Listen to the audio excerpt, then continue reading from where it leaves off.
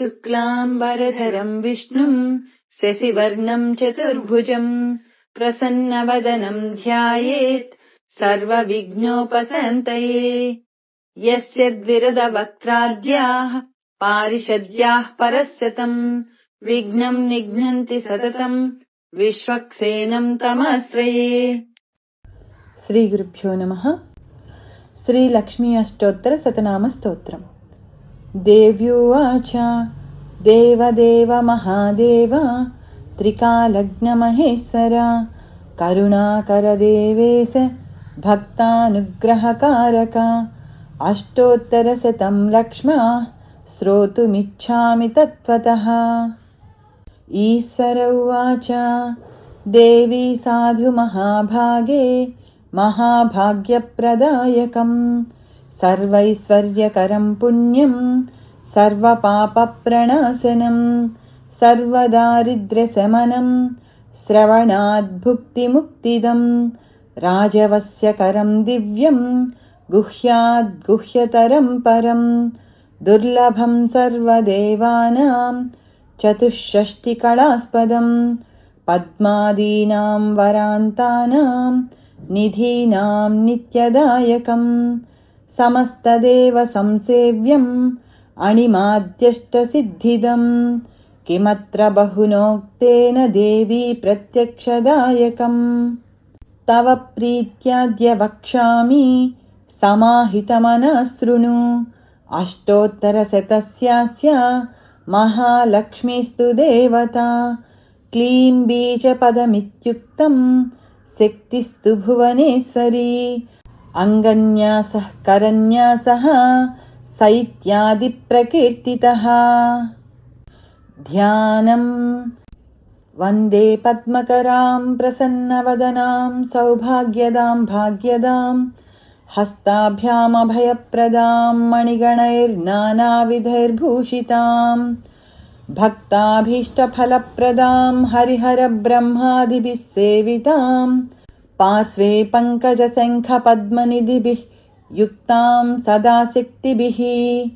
సరసిజనయనే సరోజహస్తే ధవళతరాం శుకగంధమాల్యశోభే భగవతీ హరివల్లభే మనోజ్ఞే త్రిభువనభూతికరి ప్రసీద మహ్యం. ఓం ప్రకృతిం వికృతిం విద్యాం సర్వభూతహితప్రదాం శ్రద్ధాం విభూతిం సురభిం నమామి పరమాత్మికాం. వాచం పద్మాలయాం పద్మాం శుచిం స్వాహాం స్వధాం సుధాం ధన్యాం హిరణ్మయీం లక్ష్మీం నిత్యపుష్టాం విభావరీం ఆదితిం చ దితిం దీప్తాం వసుధాం వసుధారిణీం నమామి కమలాం కాంతాం కామాక్షీం క్రోధసంభవాం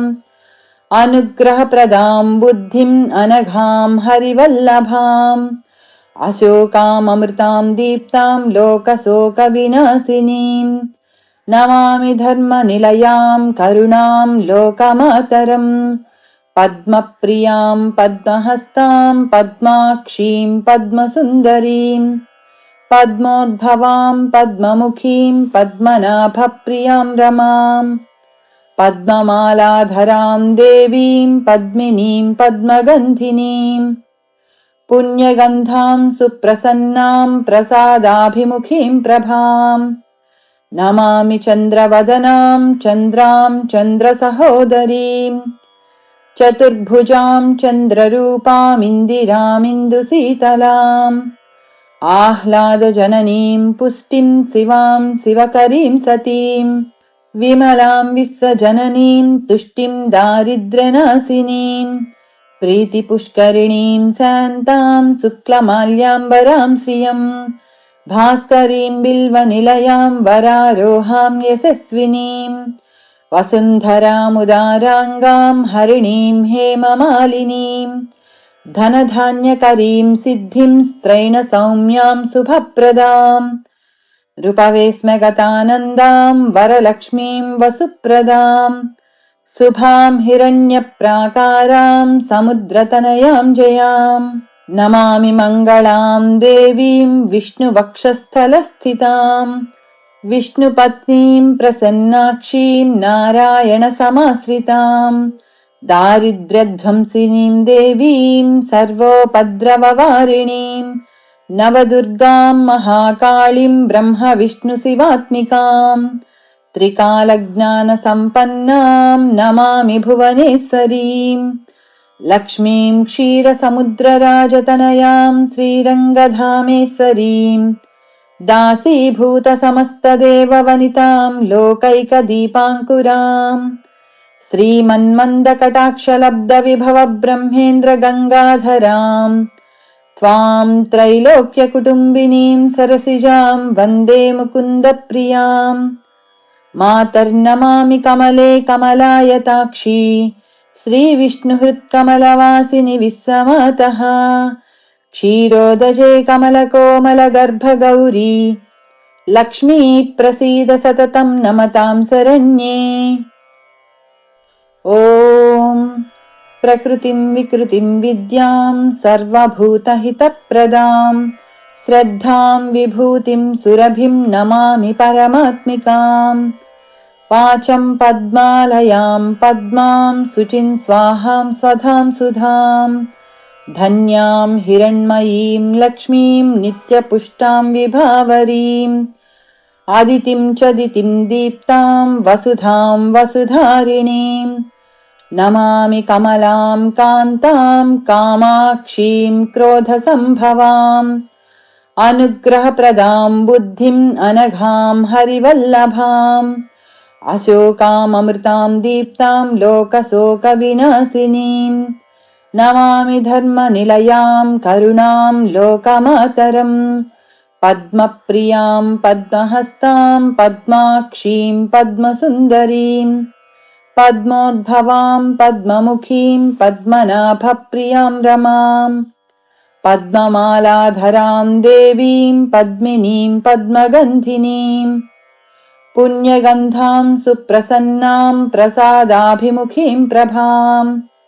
नमामि चन्द्रवदनाम् चन्द्राम् चन्द्रसहोदरीम् चतुर्भुजाम् चन्द्ररूपामिन्दिरामिन्दुशीतलाम् आह्लादजननीम् पुष्टिम् शिवाम् शिवकरीम् सतीम् विमलाम् विश्वजननीम् तुष्टिम् दारिद्र्यनाशिनीम् प्रीतिपुष्करिणीम् शान्ताम् शुक्लमाल्याम्बराम् श्रियम् भास्करीम् बिल्वनिलयाम् वरारोहाम् यशस्विनीम् वसुन्धरामुदाराङ्गाम् हरिणीम् हेममालिनीम् धनधान्यकरीम् सिद्धिम् स्त्रैणसौम्याम् शुभप्रदाम् रूपवेस्मगतानन्दाम् वरलक्ष्मीम् वसुप्रदाम् शुभाम् हिरण्यप्राकाराम् समुद्रतनयाम् जयाम् नमामि मङ्गलाम् देवीम् विष्णुवक्षस्थलस्थिताम् विष्णुपत्नीम् प्रसन्नाक्षीम् नारायणसमाश्रिताम् दारिद्र्यध्वंसिनीम् देवीम् सर्वोपद्रववारिणीम् नवदुर्गाम् महाकाळीम् ब्रह्मविष्णुशिवात्मिकाम्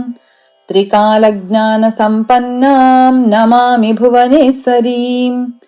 लक्ष्मीम् क्षीरसमुद्रराजतनयाम् श्रीरङ्गधामेश्वरीम् दासीभूतसमस्तदेववनिताम् लोकैकदीपाङ्कुराम् श्रीमन्मन्दकटाक्षलब्धविभव ब्रह्मेन्द्रगङ्गाधराम् त्वाम् त्रैलोक्यकुटुम्बिनीम् सरसिजाम् वन्दे मुकुन्दप्रियाम् मातर्नमामि कमले कमलायताक्षी श्रीविष्णुहृत्कमलवासिनि विश्वमातः क्षीरोदजे कमलकोमलगर्भगौरी लक्ष्मी प्रसीद सततम् नमताम् शरण्ये। ॐ प्रकृतिम् विकृतिम् विद्याम् सर्वभूतहितप्रदाम् श्रद्धाम् विभूतिम् सुरभिम् नमामि परमात्मिकाम् वाचम् पद्मालयाम् पद्माम् शुचिम् स्वाहाम् स्वधाम् सुधाम् धन्याम् हिरण्मयीम् लक्ष्मीम् नित्यपुष्टाम् विभावरीम् आदितिं च दितिं दीप्तां वसुधां वसुधारिणीं नमामि कमलां कान्तां कामाक्षीं क्रोधसम्भवाम् अनुग्रहप्रदां बुद्धिम् अनघां हरिवल्लभाम् अशोकाममृतां दीप्तां लोकशोकविनाशिनीं नमामि धर्मनिलयां करुणां लोकमातरम् पद्मप्रियां पद्महस्तां पद्माक्षीं पद्मसुन्दरीं पद्मोद्भवां पद्ममुखीं पद्मनाभप्रियां रमां पद्ममालाधरां देवीं पद्मिनीं पद्मगन्धिनीं पुण्यगन्धां सुप्रसन्नां प्रसादाभिमुखीं प्रभां नमामि चन्द्रवदनां चन्द्रां चन्द्रसहोदरीं चतुर्भुजां चन्द्ररूपामिन्दिरामिन्दुशीतलाम् आह्लादजननीं पुष्टिं शिवां शिवकरीं सतीं विमलां विश्वजननीं तुष्टिं दारिद्र्यनाशिनीं प्रीतिपुष्करिणीं शान्तां शुक्लमाल्याम्बरां श्रियं भास्करीं बिल्वनिलयां वरारोहां यशस्विनीं वसुन्धरामुदाराङ्गां हरिणीं हेममालिनीं धनधान्यकरीं सिद्धिं स्त्रैणसौम्यां शुभप्रदां रूपवेस्मगतानन्दां वरलक्ष्मीं वसुप्रदां शुभां हिरण्यप्राकारां समुद्रतनयां जयां नमामि मङ्गलां देवीं विष्णुवक्षस्थलस्थितां विष्णुपत्नीं प्रसन्नाक्षीं नारायणसमाश्रितां दारिद्र्यध्वंसिनीं देवीं सर्वोपद्रववारिणीं नवदुर्गां महाकाळीं ब्रह्मविष्णुशिवात्मिकां त्रिकालज्ञानसम्पन्नां नमामि भुवनेश्वरीं लक्ष्मीं क्षीरसमुद्रराजतनयां श्रीरङ्गधामेश्वरीं दासीभूतसमस्तदेववनितां लोकैकदीपाङ्कुराम् श्रीमन्मन्दकटाक्षलब्धविभवब्रह्मेन्द्रगङ्गाधरां त्वां त्रैलोक्यकुटुम्बिनीं सरसिजां वन्दे मुकुन्दप्रियां मातर्नमामि कमले कमलायताक्षी श्रीविष्णुहृत्कमलवासिनि विश्वमातः क्षीरोदजे कमलकोमलगर्भगौरी लक्ष्मी प्रसीद सततं नमतां शरण्ये। ॐ प्रकृतिं विकृतिं विद्यां सर्वभूतहितप्रदां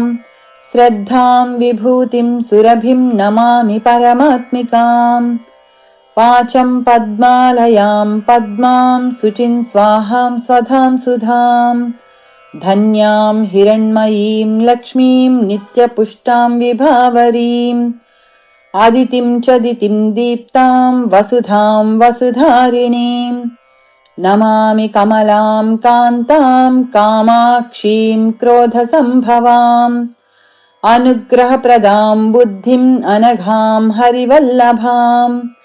अशोकाममृतां दीप्तां लोकशोकविनाशिनीं नमामि धर्मनिलयां करुणां लोकमातरम् पद्मप्रियां पद्महस्तां पद्माक्षीं पद्मसुन्दरीं पद्मोद्भवां पद्ममुखीं पद्मनाभप्रियां रमां पद्ममालाधरां देवीं पद्मिनीं पद्मगन्धिनीं पुण्यगन्धां सुप्रसन्नां प्रसादाभिमुखीं प्रभां नमामि चन्द्रवदनां चन्द्रां चन्द्रसहोदरीं चतुर्भुजां चन्द्ररूपामिन्दिरामिन्दुशीतलाम् आह्लादजननीं पुष्टिं शिवां शिवकरीं सतीं विमलां विश्वजननीं तुष्टिं दारिद्र्यनाशिनीं प्रीतिपुष्करिणीं शान्तां शुक्लमाल्याम्बरां श्रियं भास्करीं बिल्वनिलयां वरारोहां यशस्विनीं वसुन्धरामुदाराङ्गां हरिणीं हेममालिनीं धनधान्यकरीं सिद्धिं स्त्रैणसौम्यां शुभप्रदां रूपवेस्म गतानन्दाम् वरलक्ष्मीम् वसुप्रदाम् शुभाम् हिरण्यप्राकाराम् समुद्रतनयाम् जयाम् नमामि मङ्गलाम् देवीम् विष्णुवक्षस्थलस्थिताम् विष्णुपत्नीम् प्रसन्नाक्षीम् नारायणसमाश्रिताम् दारिद्र्यध्वंसिनीम् देवीम् सर्वोपद्रववारिणीम् नवदुर्गाम् महाकाळीम् ब्रह्मविष्णुशिवात्मिकाम् त्रिकालज्ञानसम्पन्नाम् नमामि भुवनेश्वरीम् लक्ष्मीम् क्षीरसमुद्रराजतनयाम् श्रीरङ्गधामेश्वरीम् दासीभूतसमस्तदेववनिताम् लोकैकदीपाङ्कुराम् श्रीमन्मन्दकटाक्षलब्धविभवब्रह्मेन्द्रगङ्गाधराम् त्वाम् त्रैलोक्यकुटुम्बिनीम् सरसिजाम् वन्दे मुकुन्दप्रियाम् मातर्नमामि कमले कमलायताक्षी श्रीविष्णुहृत्कमलवासिनि विश्वमातः क्षीरोदजे कमलकोमलगर्भगौरी लक्ष्मी प्रसीद सततम् नमताम् शरण्ये। ॐ प्रकृतिम् विकृतिम् विद्याम् सर्वभूतहितप्रदाम् श्रद्धाम् विभूतिम् सुरभिम् नमामि परमात्मिकाम् वाचम् पद्मालयाम् पद्माम् शुचिम् स्वाहाम् स्वधाम् सुधाम् धन्याम् हिरण्मयीम् लक्ष्मीम् नित्यपुष्टाम् विभावरीम् आदितिम् च दितिम् दीप्ताम् वसुधाम् वसुधारिणीम् नमामि कमलाम् कान्ताम् कामाक्षीम् क्रोधसम्भवाम् अनुग्रहप्रदाम् बुद्धिम् अनघाम् हरिवल्लभाम् अशोकाममृताम् दीप्ताम् लोकशोकविनाशिनीम् नमामि धर्मनिलयाम् करुणाम् लोकमातरम्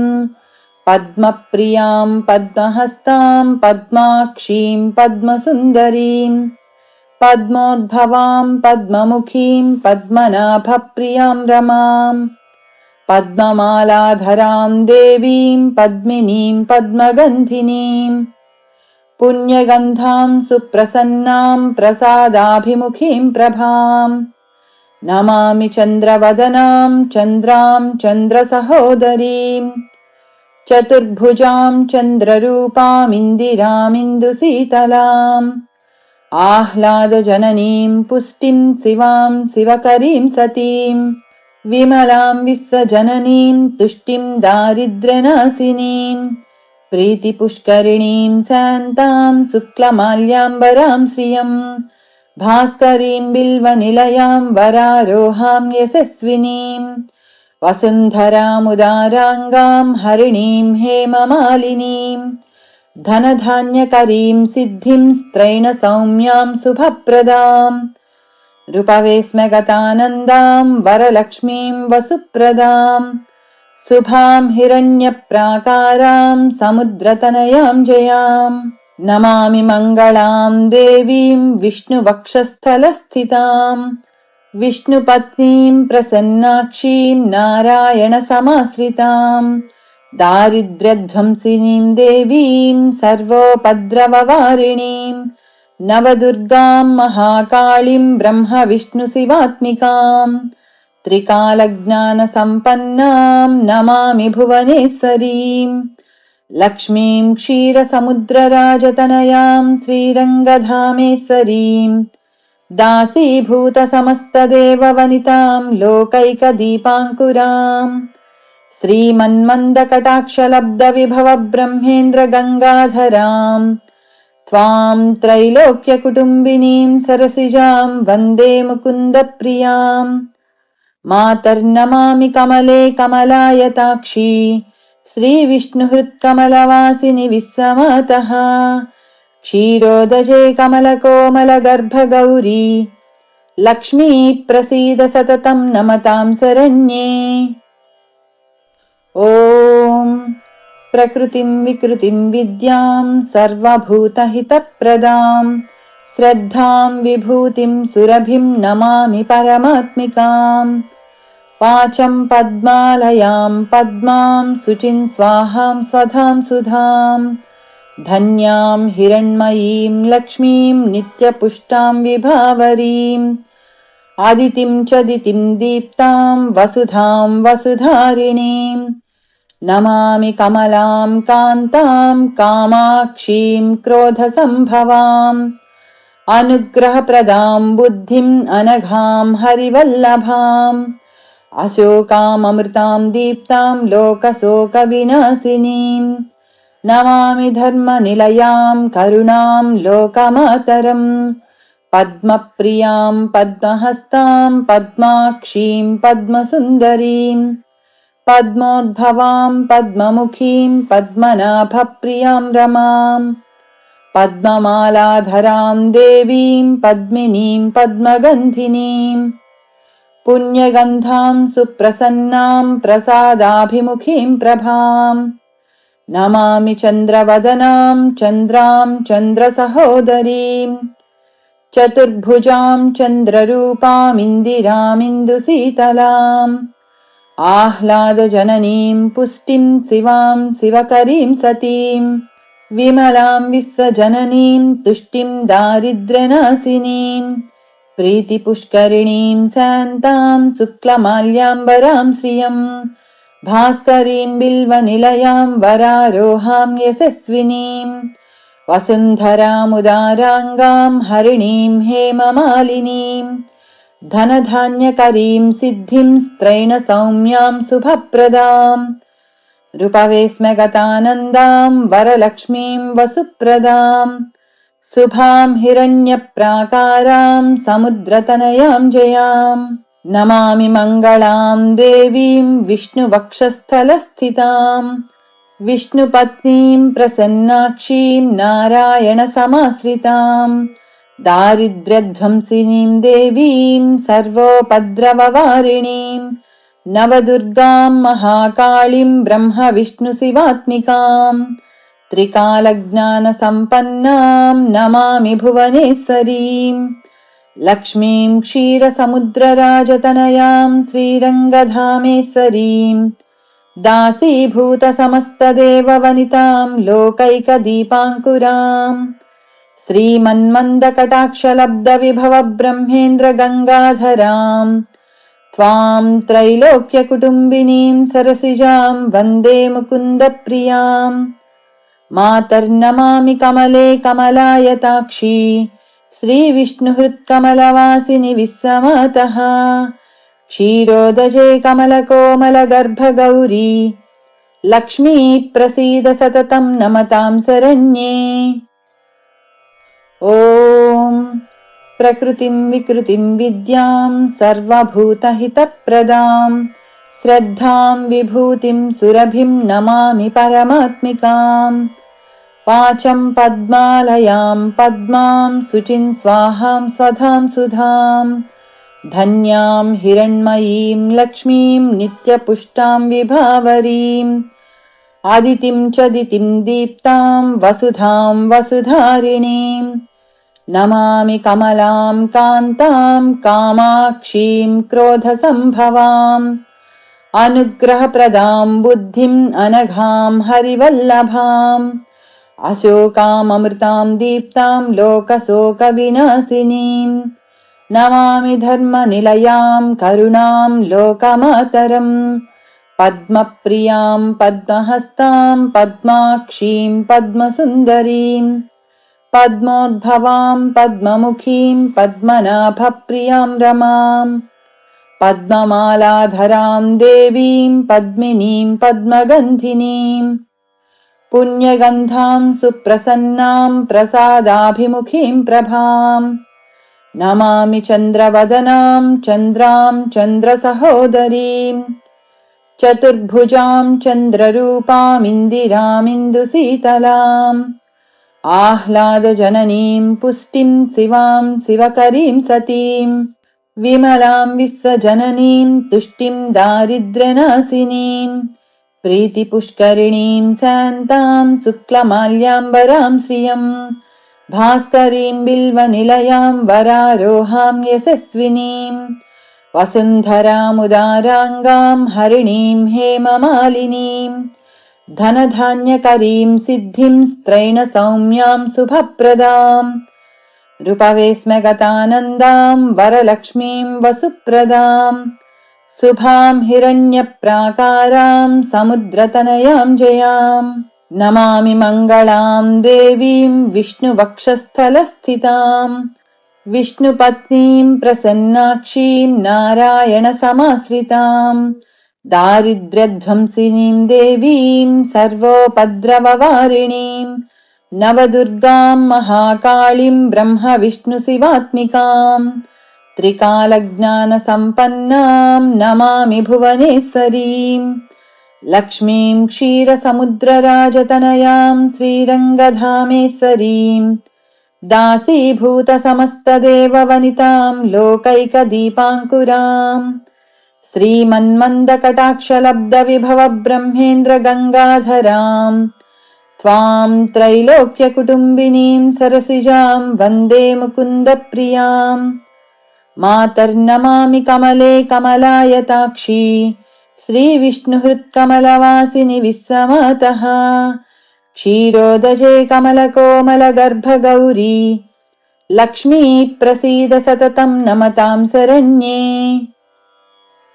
ॐ प्रकृतिं विकृतिं विद्यां सर्वभूतहितप्रदां श्रद्धां विभूतिं सुरभिं नमामि परमात्मिकाम्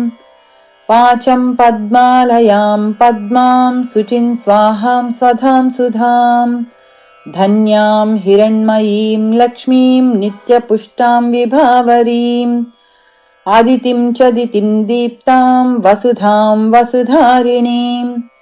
नमामि कमलां कान्तां कामाक्षीं क्रोधसम्भवाम् अनुग्रहप्रदां बुद्धिं अनघां हरिवल्लभाम् अशोकामृतां दीप्तां लोकशोकविनाशिनीं नमामि धर्मनिलयां करुणां लोकमातरम् पद्मप्रियां पद्महस्तां पद्माक्षीं पद्मसुन्दरीं पद्मोद्भवां पद्ममुखीं पद्मनाभप्रियां रमां पद्ममालाधरां देवीं पद्मिनीं पद्मगन्धिनीं पुण्यगन्धां सुप्रसन्नां प्रसादाभिमुखीं प्रभाम् नमामि चन्द्रवदनां चन्द्रां चन्द्रसहोदरीं चतुर्भुजां चन्द्ररूपामिन्दिरामिन्दुशीतलाम् आह्लादजननीं पुष्टिं शिवां शिवकरीं सतीं विमलां विश्वजननीं तुष्टिं दारिद्र्यनाशिनीं प्रीतिपुष्करिणीं शान्तां शुक्लमाल्याम्बरां श्रियं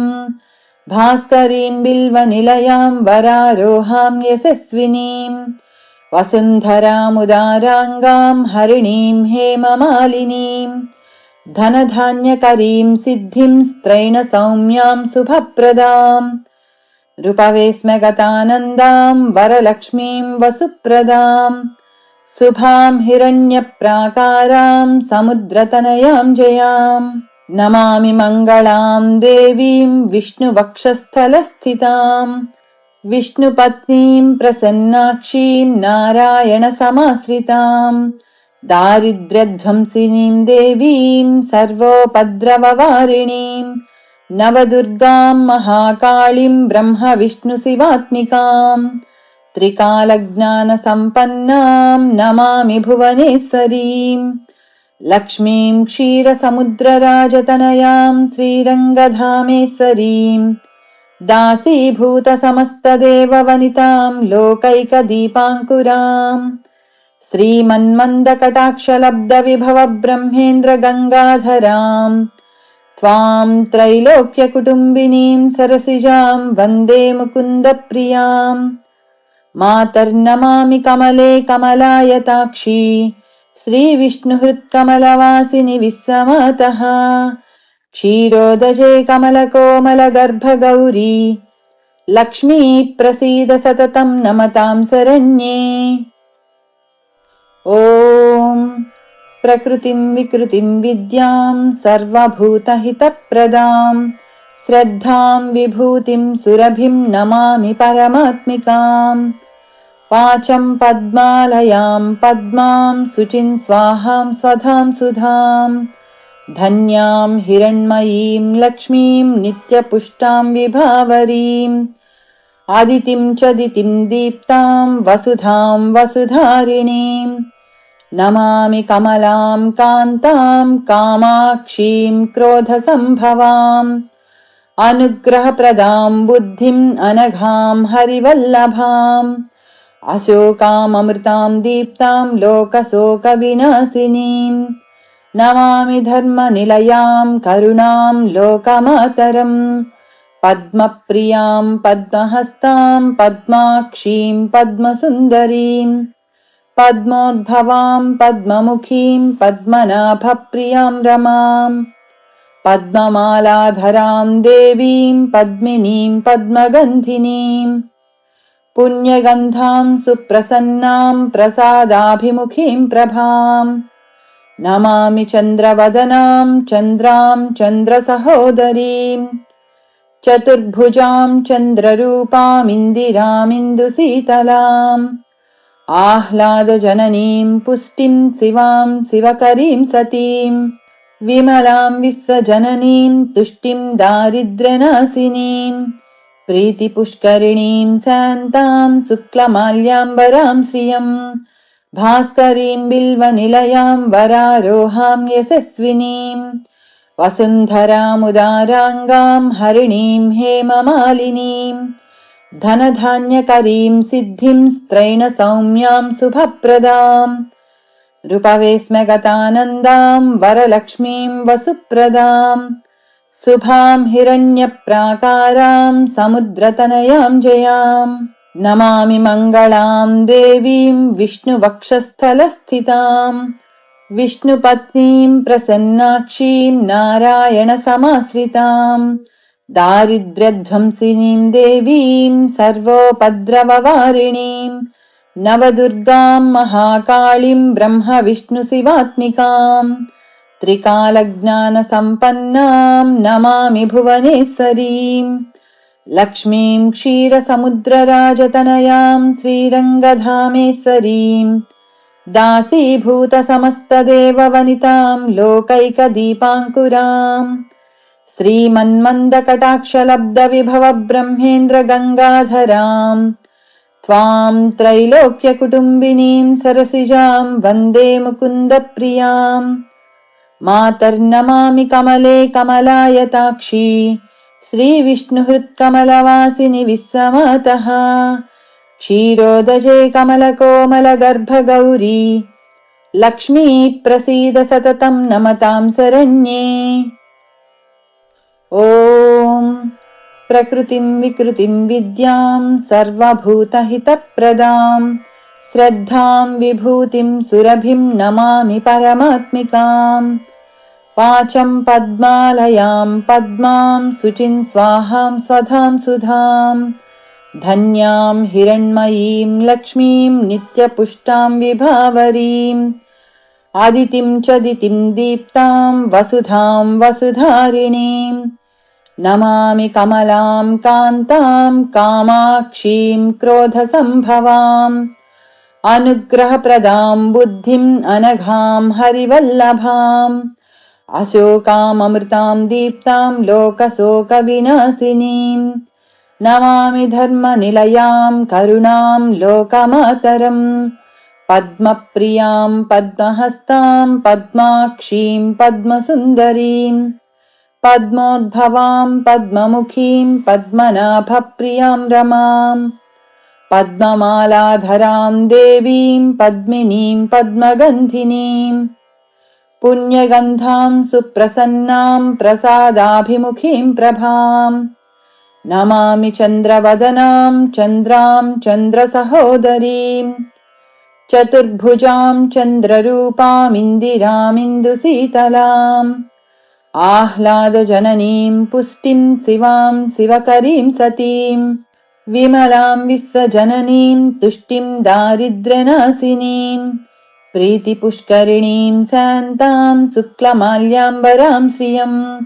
भास्करीं बिल्वनिलयां वरारोहां यशस्विनीं वसुन्धरामुदाराङ्गाम् हरिणीम् हेममालिनीम् धनधान्यकरीम् सिद्धिम् स्त्रैणसौम्याम् शुभप्रदाम् रूपवेस्मगतानन्दाम् वरलक्ष्मीम् वसुप्रदाम् शुभाम् हिरण्यप्राकाराम् समुद्रतनयाम् जयाम् नमामि मङ्गलाम् देवीम् विष्णुवक्षस्थलस्थिताम् विष्णुपत्नीम् प्रसन्नाक्षीम् नारायणसमाश्रिताम् दारिद्र्यध्वंसिनीम् देवीम् सर्वोपद्रववारिणीम् नवदुर्गाम् महाकाळीम् ब्रह्मविष्णुशिवात्मिकाम् त्रिकालज्ञानसम्पन्नाम् नमामि भुवनेश्वरीम् लक्ष्मीम् क्षीरसमुद्रराजतनयाम् श्रीरङ्गधामेश्वरीम् दासीभूतसमस्तदेववनिताम् लोकैकदीपाङ्कुराम् श्रीमन्मन्दकटाक्षलब्धविभवब्रह्मेन्द्रगङ्गाधराम् त्वाम् त्रैलोक्यकुटुम्बिनीम् सरसिजाम् वन्दे मुकुन्दप्रियाम् मातर्नमामि कमले कमलायताक्षी श्रीविष्णुहृत्कमलवासिनि विश्वमातः क्षीरोदजे कमलकोमलगर्भगौरी लक्ष्मी प्रसीद सततम् नमताम् शरण्ये। ॐ प्रकृतिम् विकृतिम् विद्याम् सर्वभूतहितप्रदाम् श्रद्धाम् विभूतिम् सुरभिम् नमामि परमात्मिकाम् वाचम् पद्मालयाम् पद्माम् शुचिम् स्वाहाम् स्वधाम् सुधाम् धन्याम् हिरण्मयीम् लक्ष्मीम् नित्यपुष्टाम् विभावरीम् आदितिम् च दितिम् दीप्ताम् वसुधाम् वसुधारिणीम् नमामि कमलाम् कान्ताम् कामाक्षीम् क्रोधसम्भवाम् अनुग्रहप्रदाम् बुद्धिम् अनघाम् हरिवल्लभाम् अशोकाममृताम् दीप्ताम् लोकशोकविनाशिनीम् नमामि धर्मनिलयाम् करुणाम् लोकमातरम् पद्मप्रियाम् पद्महस्ताम् पद्माक्षीम् पद्मसुन्दरीम् पद्मोद्भवाम् पद्ममुखीम् पद्मनाभप्रियाम् रमाम् पद्ममालाधराम् देवीम् पद्मिनीम् पद्मगन्धिनीम् पुण्यगन्धाम् सुप्रसन्नाम् प्रसादाभिमुखीम् प्रभाम् नमामि चन्द्रवदनाम् चन्द्राम् चन्द्रसहोदरीम् चतुर्भुजाम् चन्द्ररूपामिन्दिरामिन्दुशीतलाम् आह्लादजननीम् पुष्टिम् शिवाम् शिवकरीम् सतीम्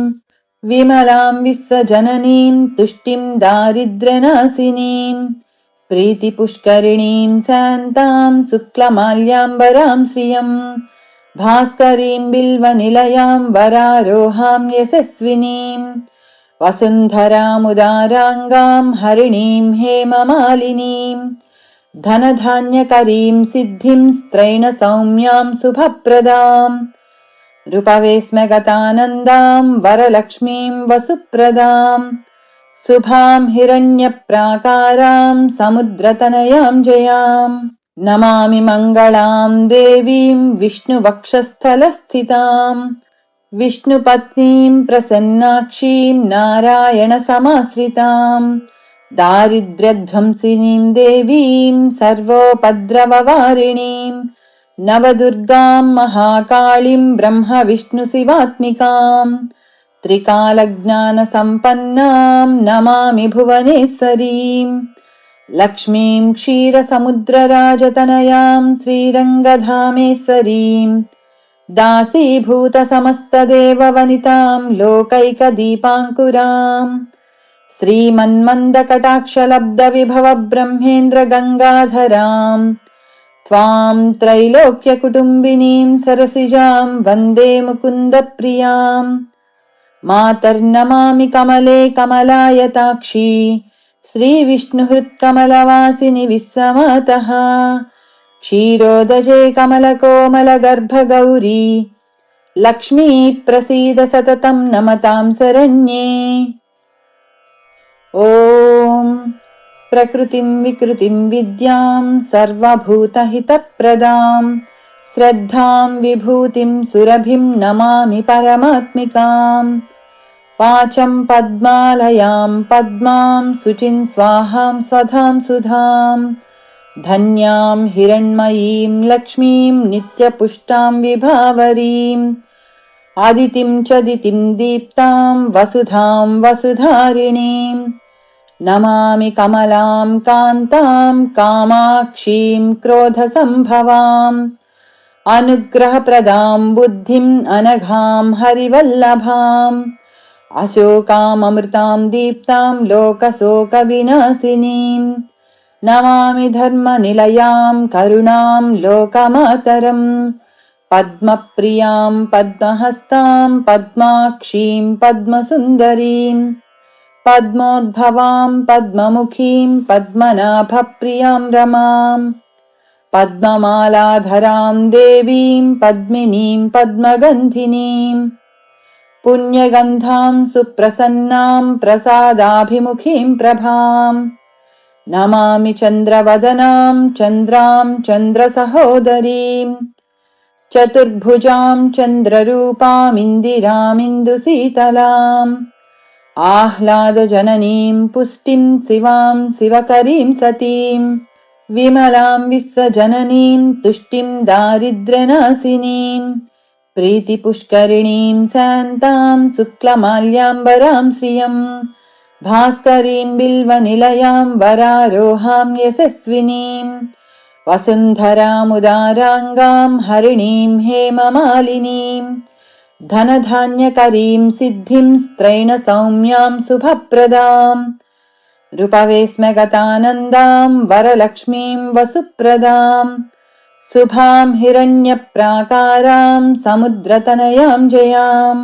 नमामि मङ्गलाम् देवीम् विष्णुवक्षस्थलस्थिताम् विष्णुपत्नीम् प्रसन्नाक्षीम् नारायणसमाश्रिताम् दारिद्र्यध्वंसिनीम् देवीम् सर्वोपद्रववारिणीम् नवदुर्गाम् महाकाळीम् ब्रह्मविष्णुशिवात्मिकाम् त्रिकालज्ञानसम्पन्नाम् नमामि भुवनेश्वरीम् लक्ष्मीम् क्षीरसमुद्रराजतनयाम् श्रीरङ्गधामेश्वरीम् दासीभूतसमस्तदेववनिताम् लोकैकदीपाङ्कुराम्